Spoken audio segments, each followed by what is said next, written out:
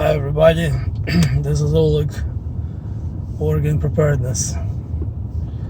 As I'm sitting in this lovely Seattle traffic, I just can't help but think this is just normal afternoon. And this highway, this is I-5 northbound. 1, 2, 3, 4, 5, 6 lanes worth. Completely full of cars, barely moving. And this is just the normal traffic.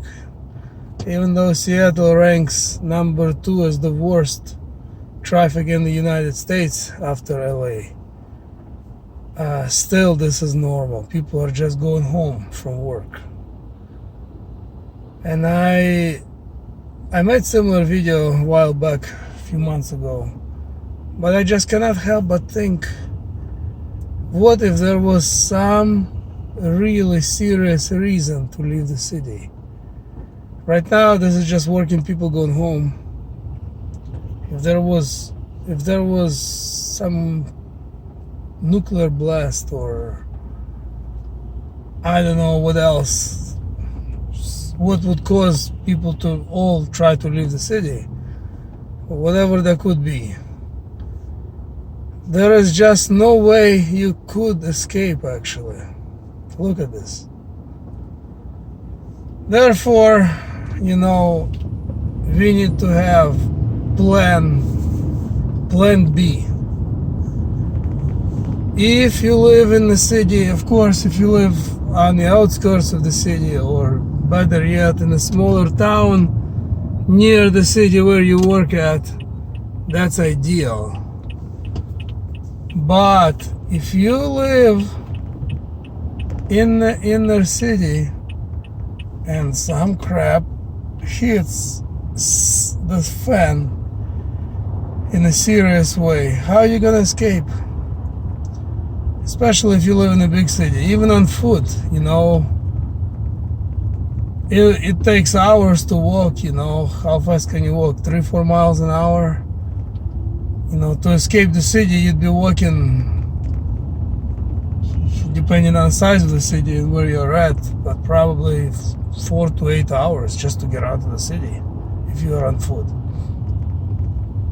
So you might want to consider some other means of getting out, maybe a bicycle or a motorcycle.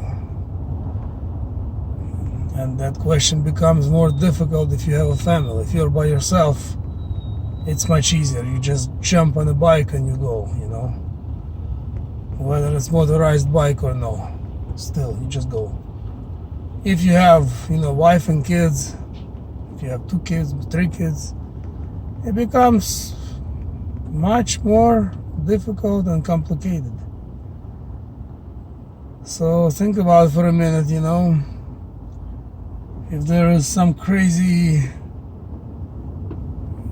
disease breaks out, of course, I don't think anybody would be escaping that moment. Everybody would be leaving, probably,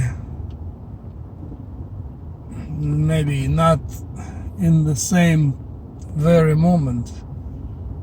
I think everybody would be living like that probably only if there was some chemical spill or a nuclear bomb explosion, which is possible.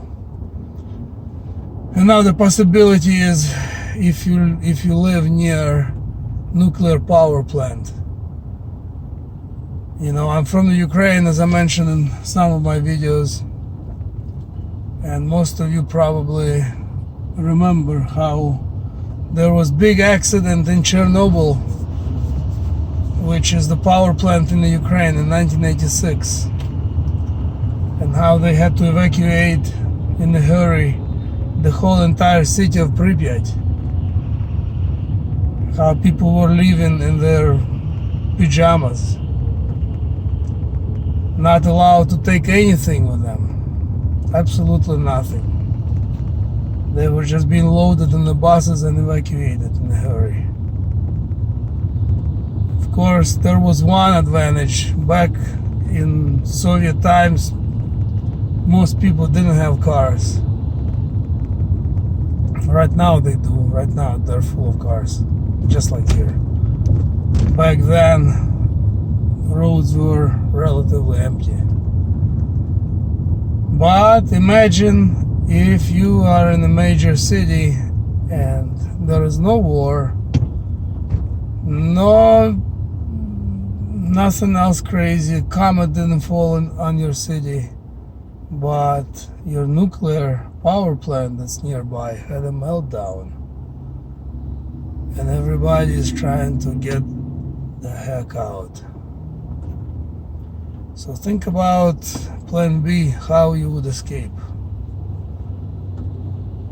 Chances of that happening are low, but it can happen because it has happened around the world more than once. Some of the accidents they don't talk about too loud. Some people don't even know about some accidents. They only talk about the major ones that are absolutely impossible to hide. Alright, everybody have a good day. Please put thumbs up for this video and share if you find it useful. And please subscribe. We'll see you in the next upload. Thanks for watching.